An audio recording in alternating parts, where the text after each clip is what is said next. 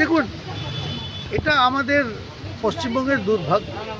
শুধু এই আজকে এটা দেখানো হচ্ছে সেটা না, আমাদের পুরো দেশের স্বাধীনতার ইতিহাস কিভাবে দেখানো হয়েছে পুরোপুরি উত্তর ভারত আর পশ্চিম ভারতে হয়েছে।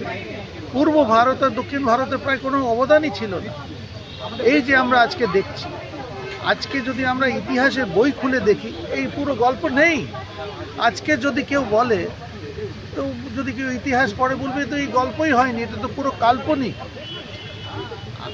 এখন আমাদের পুরো দুর্ভাগ্য, আবার বলবো, রাজ্য সরকার পুলিশকে দিয়ে গায়ের জোরে ধমক দিয়ে মাল্টিপ্লেক্সদের বলেছে তোমরা ভাই এই বইটা নেবে না। আমার তো একটাই প্রশ্ন, এই বই যে তারিখ তো দেখিয়েছে 46 সালের বছরের বই না, তৃণমূল কংগ্রেসের জন্ম হওয়ার 50 বছর আগের পুরো ইতিহাস।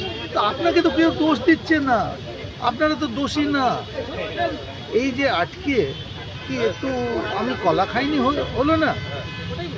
একটাই প্রশ্ন, আপনি যে বলছেন যে তৃণমূল জন্মানোর 50 বছর আগেকার সিনেমা, সেইখানে দেখে একটা বিশেষ সম্প্রদায় অত্যাচারে সত্যটা সামনে তুলে ধরে নিয়ে আসছে এই সিনেমা, সেক্ষেত্রে কি 26-এর ভোটে তৃণমূলের কোনো ক্ষতি হতে পারে বলে কি এই এত ভয় ওদের? দেখুন, আমাদের দেশে যতদিন ওয়ান নেশন ওয়ান ভোট না আসে, আপনি দেখবেন প্রত্যেক 6 মাস কোনো না কোনো জায়গায় ভোট পড়ছে।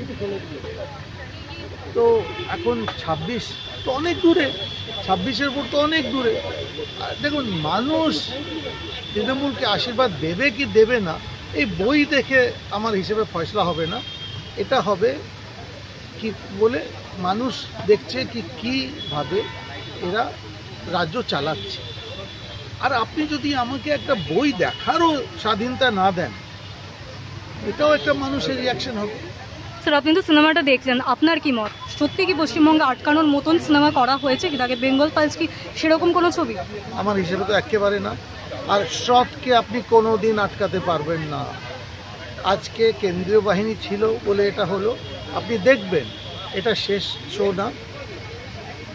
যেখানে আটকানো হয়েছে, মানুষের যখন একটা ডিমান্ড উঠবে, বাধ্য হয়ে দেখাতে হবে।